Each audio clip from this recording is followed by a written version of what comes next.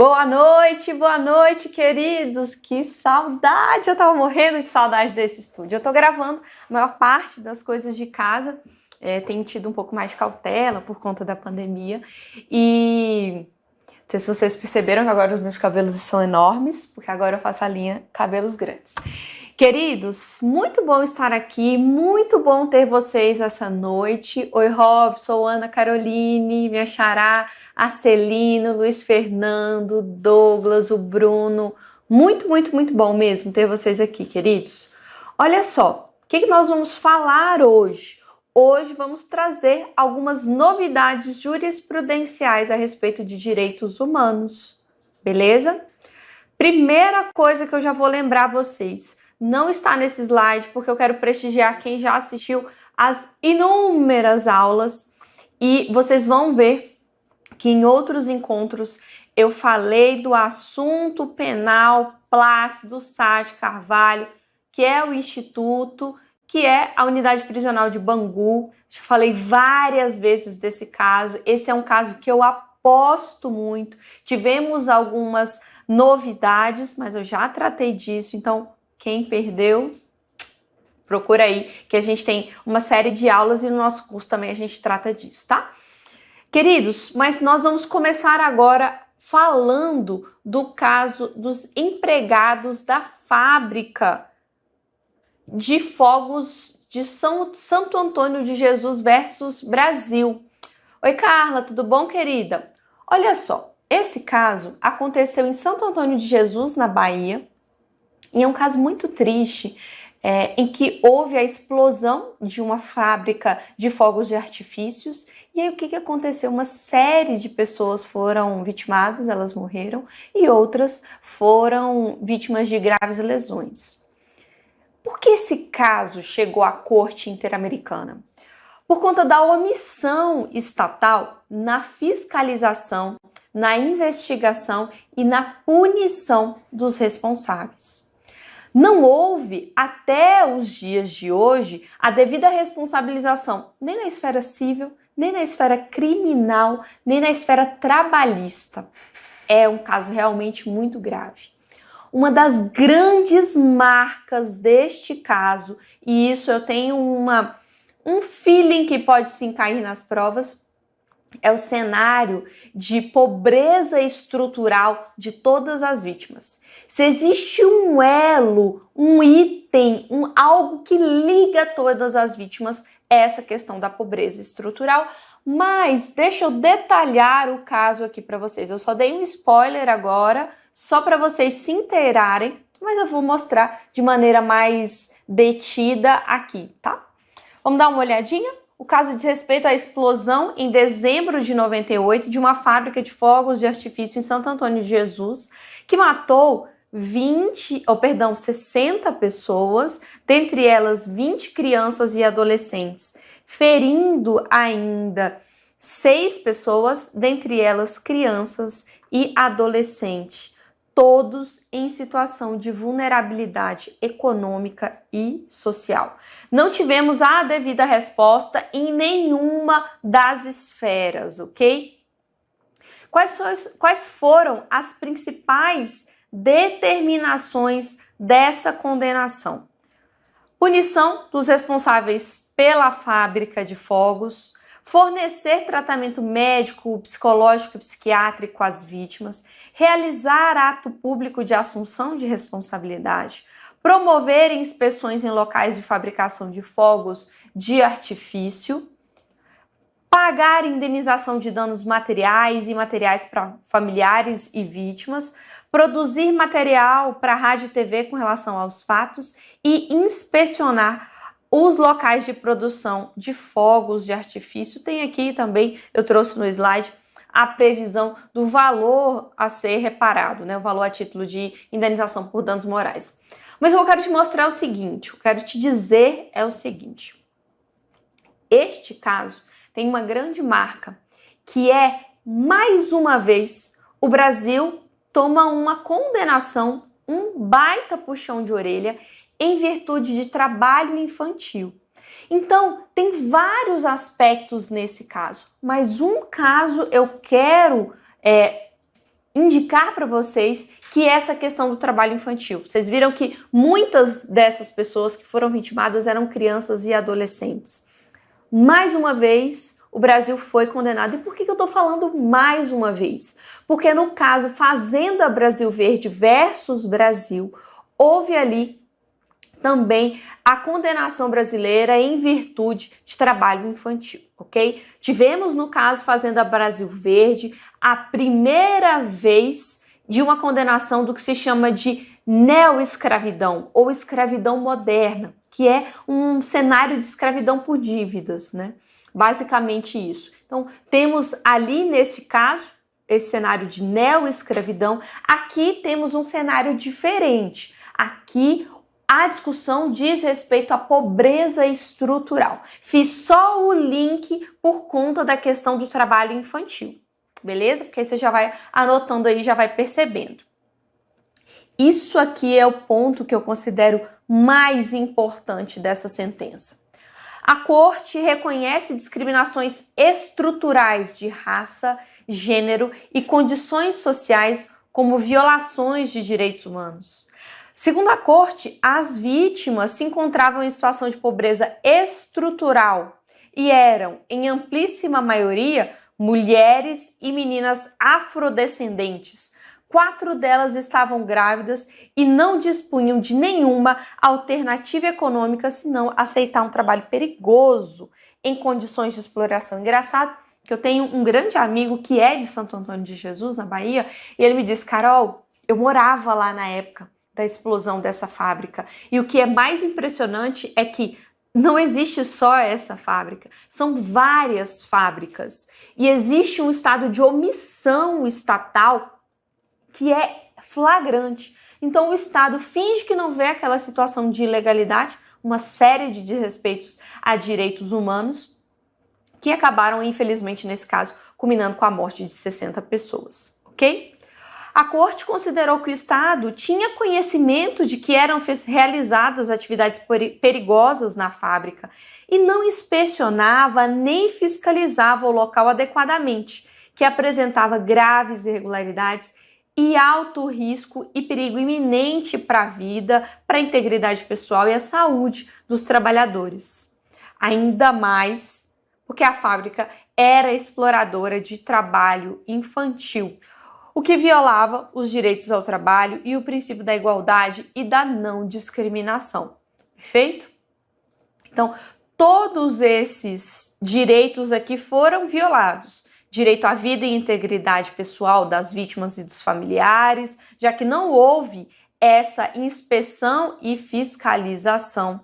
Direitos da criança, direito ao trabalho, porque sabia que na fábrica eram cometidas uma série de irregularidades, princípio da igualdade e não discriminação, porque a fábrica era a principal e a única opção de trabalho dos habitantes do município.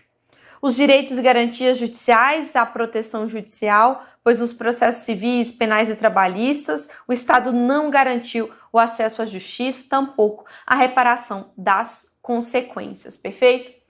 Isso aqui é um ponto interessante e aqui eu quero fazer um link com outro caso brasileiro. Percebam que a violação aconteceu de maneira direta por conta de um ato ilícito ocorrido em um ente privado. A fábrica de fogos de artifícios é um ente privado. Acontece que o Estado, especialmente em se tratando de uma atividade nociva, perigosa, ele tem o dever de fiscalização. Ele não pode simplesmente falar: olha, eu vou me eximir de qualquer responsabilidade porque foi um ente privado. Qual foi o caso brasileiro? Aí já ia dar a dica, você já ia acertar. Qual foi o caso brasileiro em que houve a responsabilização do Estado brasileiro, mesmo em se tratando de um dano direto e imediato causado por um ente particular? Damião Ximenes Lopes. O caso Damião Ximenes Lopes foi o primeiro caso brasileiro, a primeira condenação brasileira perante a Corte, e naquele caso a discussão era: Qual é a responsabilidade do Estado brasileiro, já que essa clínica era particular, mas era conveniada ao SUS? Entendeu? Pegou? Então, para que haja a responsabilização do Estado, é necessário que haja esse dever de fiscalização, de manutenção, ou ainda que não haja a devida investigação, punição e reparação daquele dano. Perfeito? Compreendido? Esse caso foi a última condenação brasileira, é a condenação mais recente, ok? Caso que ainda não tem sido tão explorado nas provas, mas eu acredito que será em breve. Queridos, outro elemento para vocês atualizarem o estudo de vocês. Nós temos atualmente... Gente, o que a Lídia está perguntando de cardápio, gente? Gente, essa Lídia é maluca. Ela entra na minha aula fazendo bagunça. Lídia, você é muito zoeira. Lídia, você já notou que nós temos quatro documentos internacionais com status constitucional? Pois é, minha filha, depois que você deixou de estudar direitos humanos, muita coisa mudou. Inclusive mudou essa recente, já de 2021, essa recente alteração, essa recente inclusão no rol dos tratados internacionais que tem status constitucional. Quais são os 4, até o dia de hoje, os 4 documentos internacionais que têm status constitucional?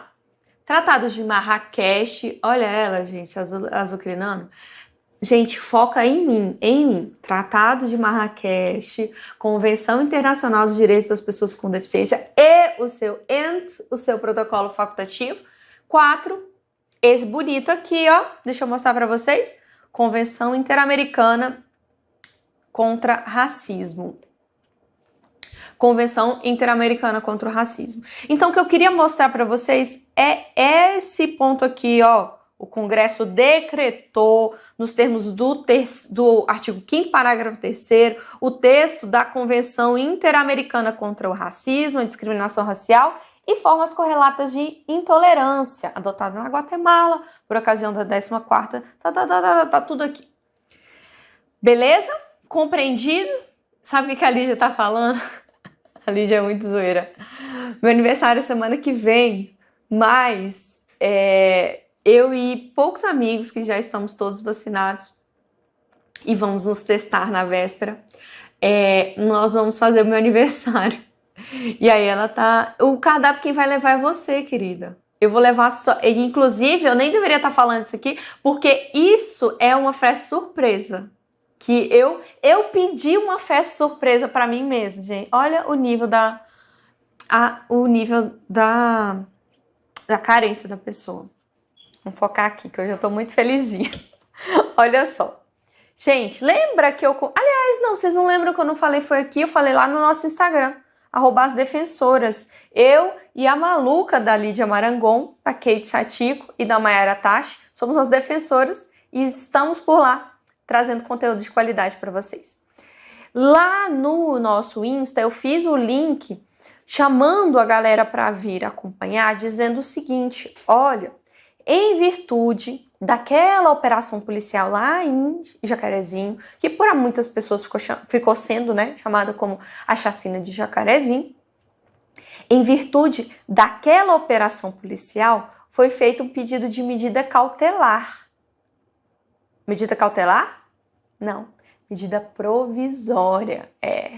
Medida provisória. Professora, medida cautelar, medida provisória, tô confusa. Relaxa que eu vou falar para vocês a diferença daqui a pouquinho. Eu trouxe um quadro comparativo, inclusive isso caiu na prova e teve um monte de aluno que lembrou de mim e acertou. Olha só. A corte, ela determina as medidas provisórias, ok? A corte. A comissão, a comissão determina as medidas cautelares, tá? Depois vou dar um macete para vocês. E aí, a corte foi instada a se manifestar por conta daquelas mortes lá de Jacarezinho, mas no bojo do processo da favela Nova Brasília. Entendeu? Entendeu o que aconteceu?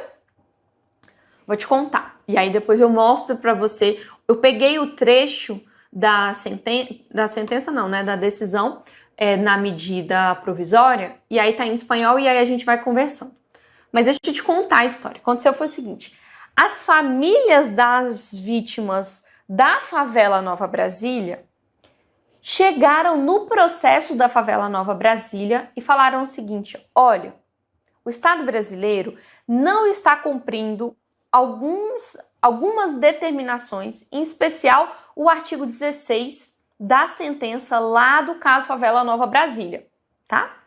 E aí, o que esses familiares levaram? Eles levaram o caso de Jacarezinho e falaram: olha, tá aqui a prova de que realmente não estão cumprindo e a gente quer uma série de medidas uma série de determinações, né, uma série de medidas provisórias para que o Estado seja obrigado a fazer um montão de coisa. Eu vou mostrar para vocês. O que o Estado... aliás, o que a Corte disse?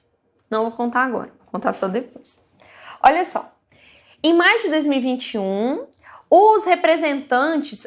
aqui, gente, ó, os representantes são das famílias lá da favela Nova Brasília. Então, eles mesmos solicitaram medidas provisórias em favor dos familiares das 27 vítimas assassinadas durante a operação policial ocorrida em maio, na favela de Jacarezinho. Aí, olha que interessante. O pedido era para evitar que se produzissem danos irreparáveis a seus direitos de acesso à justiça e às garantias judiciais, tal como aconteceram no caso Favela Nova Brasília. Perfeito?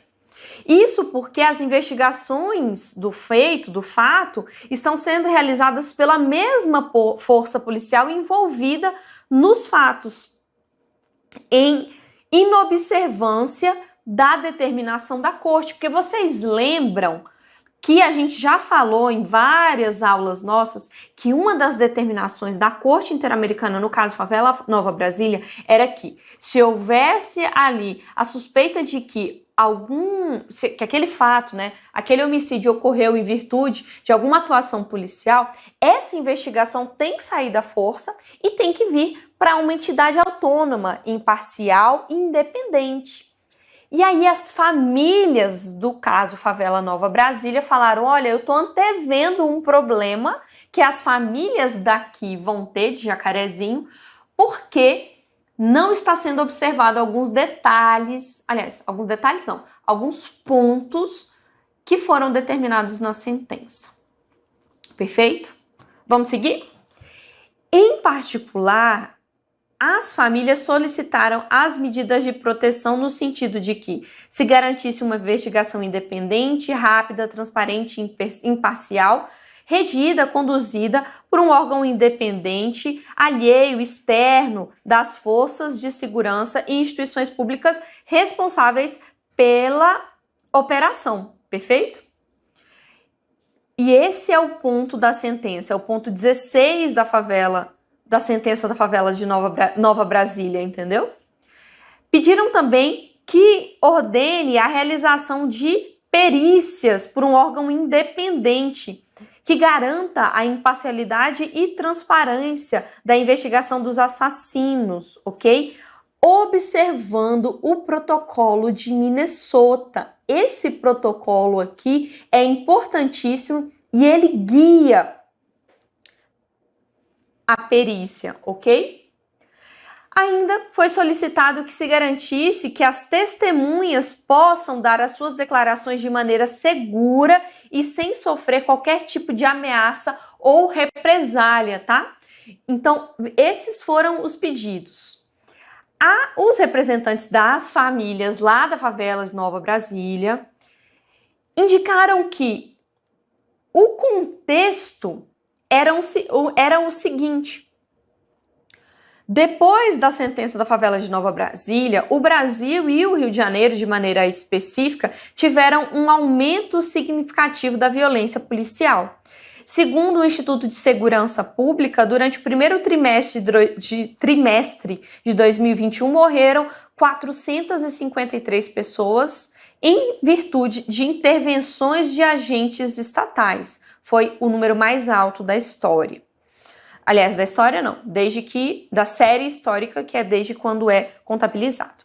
Em junho de 2020, houve o agravamento da pandemia da Covid-19 e tivemos o pedido de medida cautelar na ADPF 635. Vocês se lembram da ADPF 635? A gente também já comentou no nosso curso. A ADPF 635, conhecida como ADPF Favelas pela Vida, foi uma medida cautelar que depois foi chancelada pelo Pleno para dizer o seguinte, olha, operações policiais só vão acontecer nas favelas de maneira excepcional, desde que haja justificativa e que haja ali a indicação de que haja a informação de tal operação ao Ministério Público. Perfeito?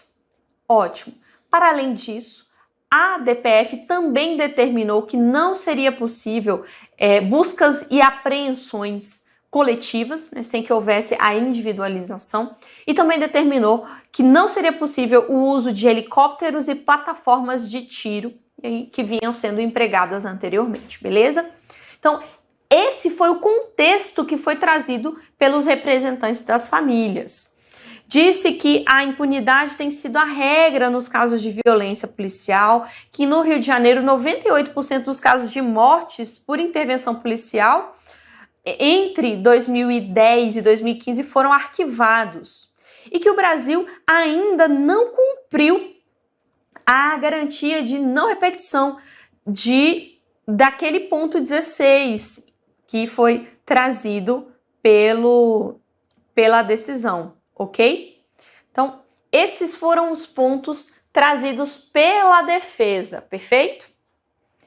E o que o Estado brasileiro respondeu? Primeira coisa, o Estado brasileiro disse o seguinte, peraí, mas como é que você está trazendo? Gente, até fiquei emocionada.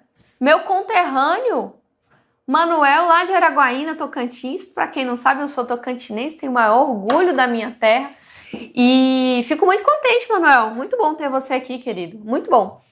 Manuel, eu estava começando a falar qual foi a linha defensiva do Brasil nesse caso de pedido de medida provisória perante a Corte Interamericana. A defesa do Brasil falou o seguinte, peraí, deixa eu só entender uma coisa. Você está trazendo no bojo do processo Favela Nova Brasília um caso que aconteceu em 2021, um caso que tem vítimas diferentes, área diferente, contexto diferente, tudo absolutamente diferente. É isso mesmo, produção? Pois é, foi isso mesmo. Foi isso mesmo que a defesa do Brasil disse e já adianto para vocês, a Corte acatou. A Corte acatou para dizer o seguinte, olha, eu não posso tratar um novo fato, um novo evento no bojo daquela sentença.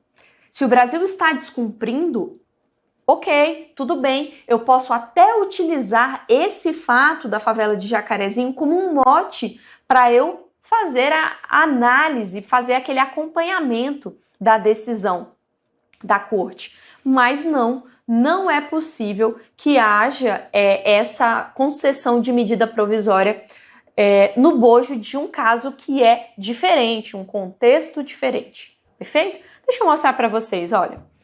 Então, a defesa do Brasil foi o seguinte, olha os fatos que versam aqui nesse pedido de medida provisória, tratam de vítimas, circunstâncias, áreas geográficas completamente diferentes. E ele ainda reforçou, se tratam de operações policiais diversas, cujas motivações e objetivos são únicos e indissociáveis. Perfeito? Ainda mais, o Estado indicou que, como consequência da falta de identidade do objeto, essa solicitação, aliás, a falta de objeto dessa solicitação, surge, inclusive, uma ilegitimidade subjetiva. Tá? Esse elemento aqui, gente, de ilegitimidade subjetiva, ele é um pouco mais frágil, porque você pode fazer pedido de medida cautelar, vem aqui comigo, Você pode fazer esse pedido de medida cautelar em favor de terceiros. Então, isso não é um grande problema.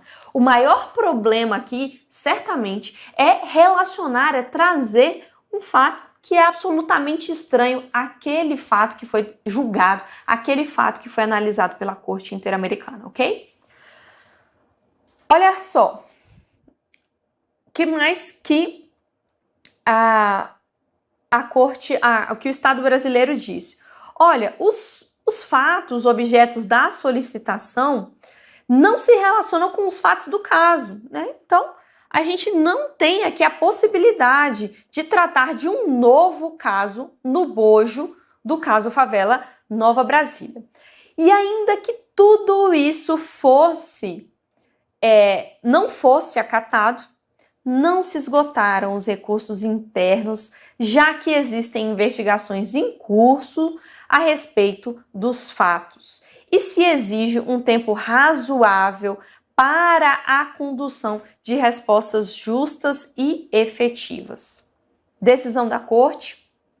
A Corte realmente entendeu que não seria possível, nessa etapa de supervisão do cumprimento da sentença da favela de Nova Brasília, trazer um fato diferente, ok? Não seria possível.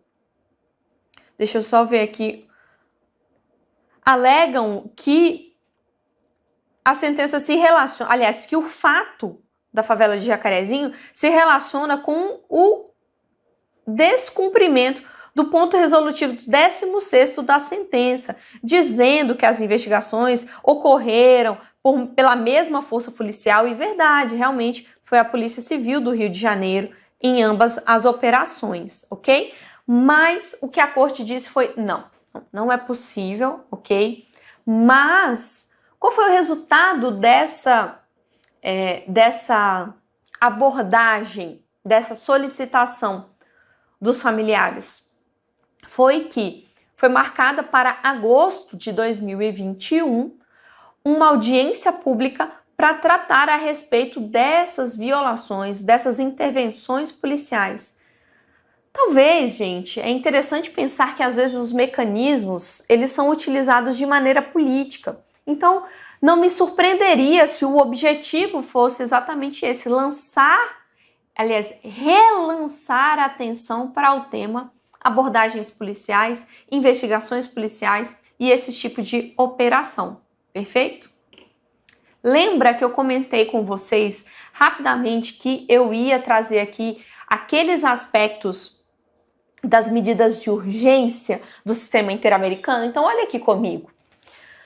As medidas de urgência no sistema interamericano, elas são basicamente duas. As medidas cautelares, que são expedidas no âmbito da comissão, e as medidas provisórias na corte, tá? Aqui nós temos o direito internacional atuando numa dimensão pré-violatória, ok? Vamos dar uma olhadinha aqui nessa diferenciação. Esse é o principal quadro que eu quero que você grave.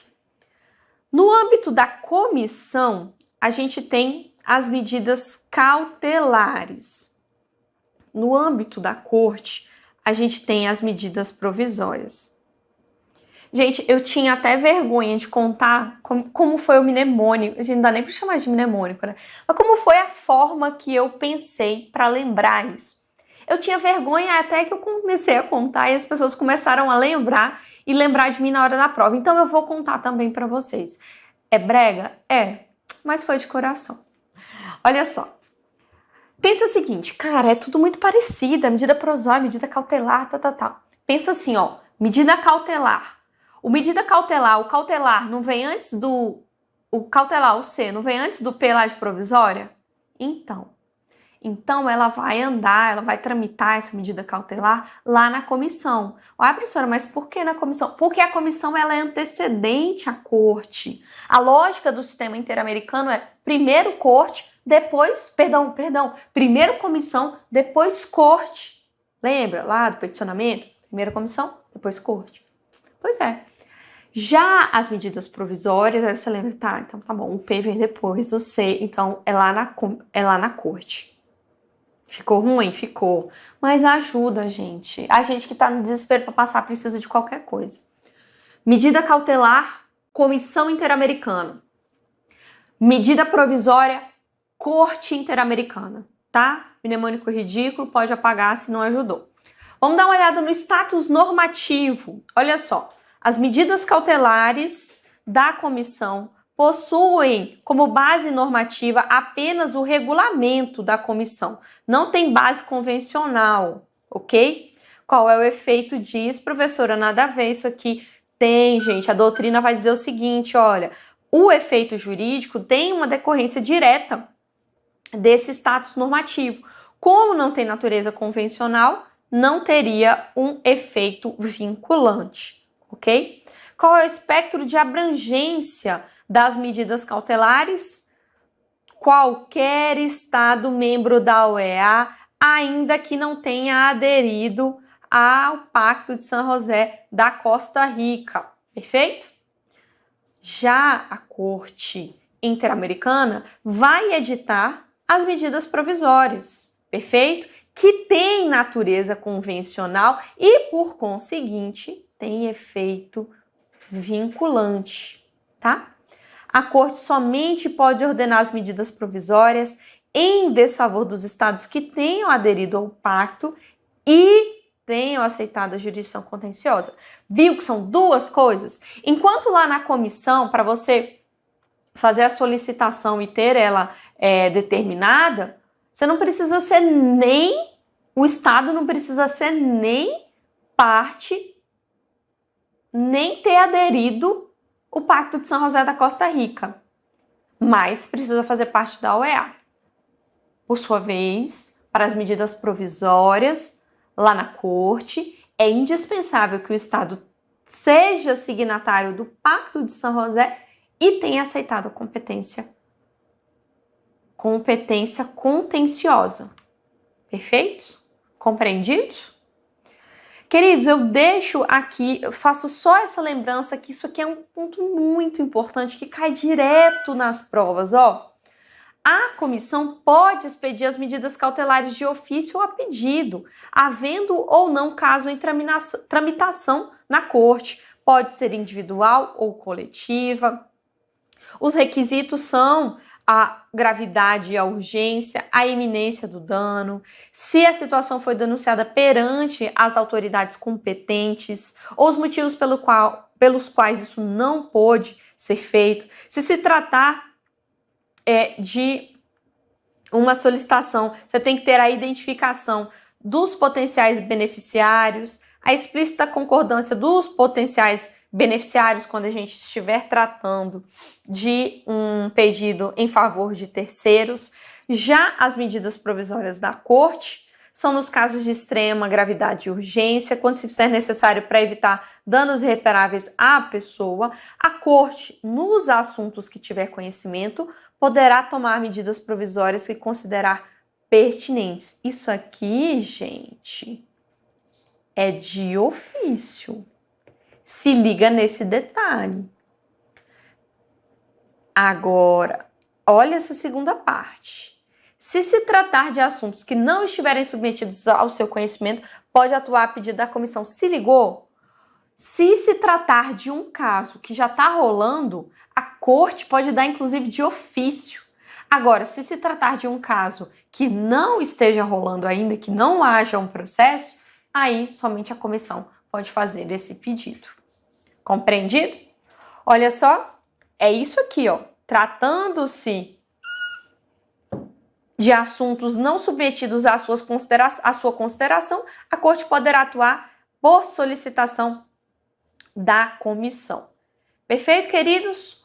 Último ponto que eu vou correr para tratar com vocês diz respeito à recentíssima opinião consultiva número 27. Na recente opinião consultiva número 27, a Corte Interamericana de Direitos Humanos tratou a respeito dos direitos sindicais. E quais eram os questionamentos ali?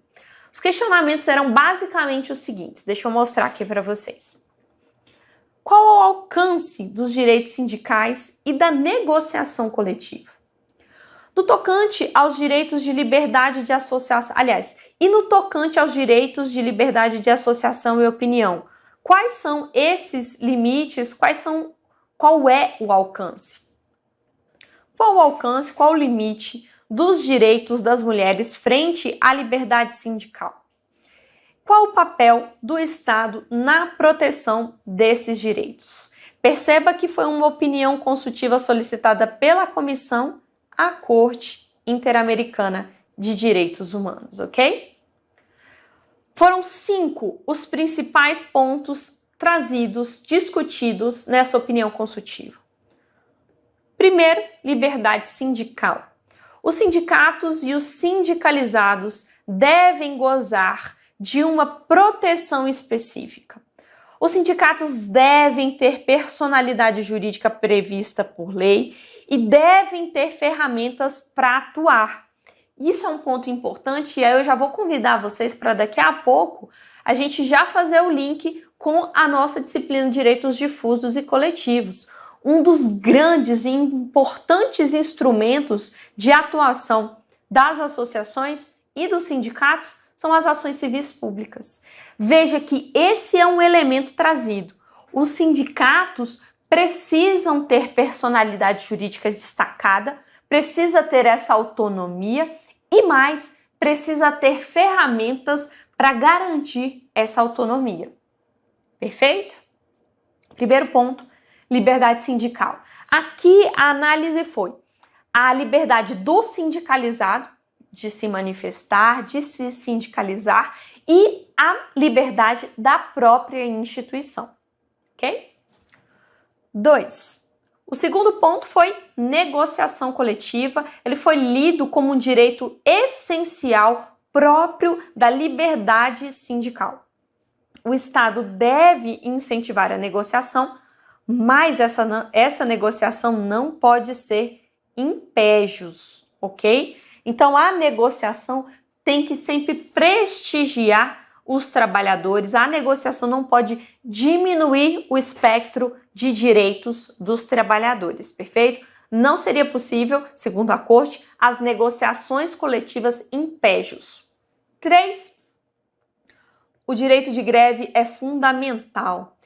É uma forma de resguardar direitos sociais, econômicos e culturais. É possível que seja decretada a ilegalidade da greve. Então percebam uma coisa, é garantido o direito à greve, figura como um direito fundamental. Isso não significa dizer que as greves não podem ser consideradas abusivas, de jeito nenhum. Mas é preciso que um órgão jurisdicional assim o declare, perfeito? Não é possível que um órgão administrativo faça essa consideração e determine que uma determinada greve é ilegal, perfeito? Ponto 4. As mulheres possuem os mesmos direitos que os homens de exercer a profissão de líder sindical. É necessário garantir o direito da mulher grávida e do homem que seja pai de criança e que também seja líder sindical. Os direitos trabalhistas dessas pessoas devem ser garantidos e mais, a mulher não pode sofrer nenhum tipo de discriminação e mais, deve ser garantida e prevenida a violência sexual no âmbito do ambiente de trabalho. Por fim, o último ponto tratou a respeito das normas e tecnologias. A legislação trabalhista deve ser vista de maneira evolutiva, atento ao novo mercado de trabalho digital. E esses novos empregados, os empregados que vivem desse mercado digital, precisam também estar a salvo. Então, as regras trabalhistas também se aplicam a eles. Perfeito? Faço só um gancho que recentemente houve uma decisão no Reino Unido que considerou os motoristas de Uber como empregados. Agora eu estou na dúvida se lá foi considerado empregado ou trabalhador, porque lá existe uma diferenciação. Para nós aqui, empregado e trabalhador não faz diferença, mas lá para eles sim. Mas lá, basicamente, era o reconhecimento do vínculo, direito a férias, enfim, direitos trabalhistas. No Brasil, tivemos uma outra decisão isolada, a maior parte da jurisprudência é tranquila em não reconhecer esse vínculo trabalhista, tá bom? Isso aconteceu no Reino Unido. Perfeito? Combinado? Então, até breve e um forte abraço. Tchau, tchau.